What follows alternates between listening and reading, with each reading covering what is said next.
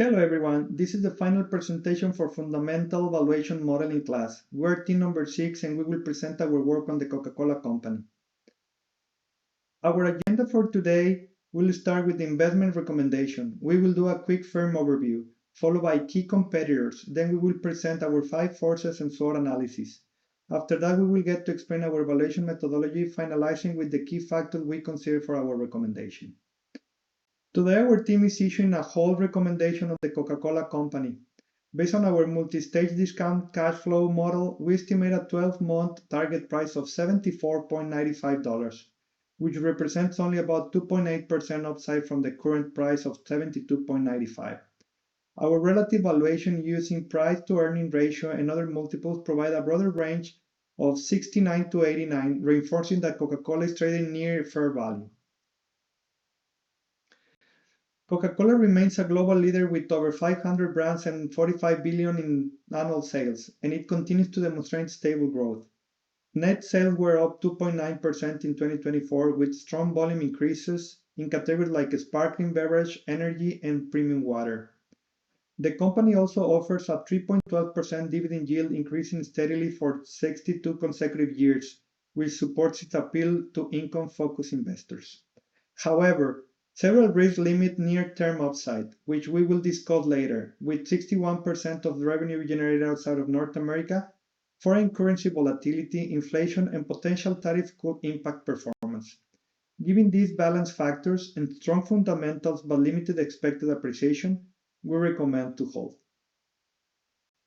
The Coca-Cola Company is an iconic multinational beverage company headquartered in Atlanta, Georgia, founded in 1886. It produces and sells a wide variety of non-alcoholic beverages, from sparkling soft drinks to water, juice, coffee, tea, energy drinks, and more, under a portfolio of globally recognized brands such as Coca-Cola, Sprite, Fanta, Minute Maid, and others. Coca-Cola operates through a massive global distribution network in more than 200 countries, manufacturing beverage concentrates and syrups, which are then bottled and distributed by its bottling partners, distributors, and retailers. With roughly 79,000 employees directly and more than 700,000 people across the system, the company brings beverage to consumers worldwide. At the top of its leadership, James Quincey serves as chairman and chief executive officer, a role he has held since becoming CEO in 2017 and chairman in 2019. Supporting him is Henrique Brown, who was named Executive Vice President and Chief Operating Officer effectively January 25, now overseeing and operating units worldwide. Also key is John Murphy as President and Chief Financial Officer, helping manage the company financial strategy. With that, I hand it over to Laura. Thank you, Carlos. We'll now talk about Coca-Cola's two closest competitors in the non-alcoholic beverage industry. First, we have Coca-Cola's closest and primary competitor, PepsiCo. PepsiCo is currently valued at about $245 billion, so about 2/3 the size of Coca-Cola. While Coca-Cola currently has a 43% volume share of carbonated soft drinks globally, PepsiCo comes in at number 2 with about a 16% share. Both companies are global brands. While Coca-Cola does about 61% of its business outside North America, PepsiCo is about 32%.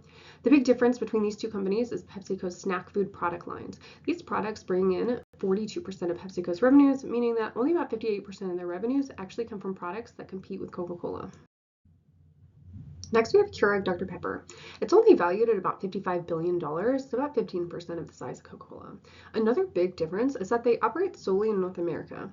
Internationally, the manufacturing and distribution rights to many of their carbonated soft drink brands are actually owned by third parties, such as Coca-Cola. Keurig Dr. Pepper has about 15% volume share of the carbonated soft drink market in North America, compared to PepsiCo's 21% and Coca-Cola's 44%. When looking at any other competitors past these two, the company size and product variety brings many issues to comparison attempts. Next, we'll do a quick summary of our Porter's 5 Forces analysis for the non-alcoholic beverage industry.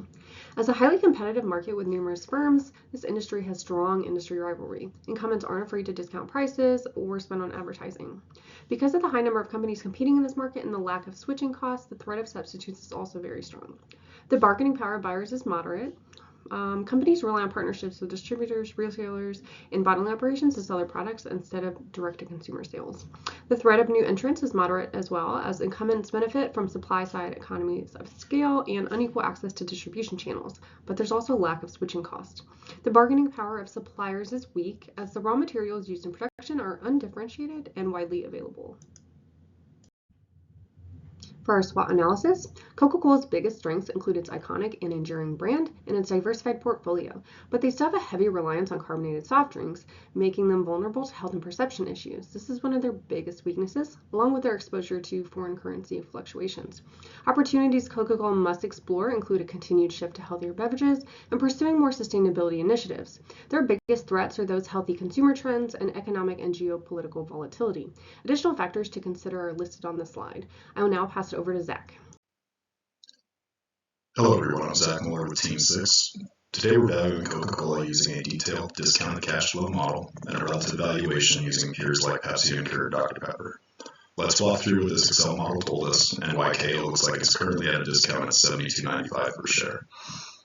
First, the DCF key assumptions. We kept gross margins at a stable 60%, SG&A around 17.7% of sales, and CapEx at 4.1%. After adding back depreciation and adjusting for changes in working capital, we get projected free cash flows ranging from about $9.6 billion in 2025 up to $17.5 billion in 2029. We discount these at a WACC of 6.87%, Coca-Cola's cost of capital, and assume a 2.5% terminal growth rate. Our result is an enterprise value of $356.6 billion, which roughly translates to an equity value of $323 billion and a fair value share price of $74.95, closely in line with today's price of $72.95. With Coca-Cola's historical financials from 2019 to 2023, sales grew at a 5.3% CAGR into 2024, despite the COVID dip. For the forecast, we're a little more conservative, 5% growth in 2025 as recent quarters have been strong, then tapering to 4% and 3% through 2029. That's a 3.8% explicit period CAGR. Now we cross-check with relative valuation peer multiples. Coca-Cola currently trades at 24.5 trailing P/E and a 17.1 forward EV/EBITDA. Pepsi trades at a similar 17.3 EV/EBITDA, but a higher 26.8 forward P/E. Keurig Dr. Pepper is cheaper at 15.3 EV/EBITDA, but it's a very different business mix. When we average the broader beverage peer set, we get a competitor average trailing P/E around 24 to 25 and EV/EBITDA around 16 to 17. Applying KO's unprojected numbers to these multiples gives us target prices ranging from the high 60s to the mid 90s. The midpoint clusters right around 84 to 87 using trailing earnings and historical norms. Our sensitivity analysis shows the DCF is most sensitive to the terminal growth and the weighted average cost of capital. Reasonable ranges from 2% to 3% growth and 6.5% to 7.5% weighted average cost of capital gives us a share price band from the high 50s to high 80s. But in the base case, both the DCF and the comparable company analysis point to fair value between $73 and $87 per share, with 75 being the sweet spot. Our bottom line is that Coca-Cola is neither incredibly cheap or overpriced today. At $72.95, you're paying a fair price for one of the best consumer franchises in the market. Thank you, Zach. My name is Sam, and I will be discussing the key risk factors in our recommendation, as well as closing comments. While Coca-Cola is fundamentally strong, a balanced assessment requires acknowledging three key risk factors that anchor our whole recommendation. They are: the shift towards healthier, low-sugar beverages is a challenge. Slowing demand for sugary drinks, compounded by the spread of international government sugar taxes, remains a core risk. With 60% of revenue outside of North America, this company is highly exposed to foreign currency fluctuations and geopolitical risks. Rising commodity costs and general inflation pressure shipping costs and threaten profitability. Stricter environmental regulations pose compliance and cost risks. Finally, supply chain disruptions, especially price hikes for key materials like sugar and aluminum, could significantly impact production expenses. These factors are quantified in our valuation. Any material escalation would require a reevaluation of our target price. In closing, Coca-Cola demonstrates considerable financial resilience, with net revenue up 5%, The reduction in the dividend payout ratio shows management's commitment to retain capital for reinvestment and debt management. Based on the comprehensive analysis my team presented, incorporating the strength of Coca-Cola global brand, distribution network, and financial stability, balanced against the identified risk, we are initiating coverage with a hold recommendation.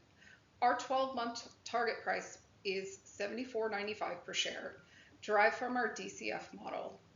This is positioned with our relative valuation range of $69 to $89 and appropriately reflects the current valuation and risk profile. We will continue to monitor the performance and industry dynamics. Thank you for your time. Special thanks to my team for putting this together. We are ready to take any questions.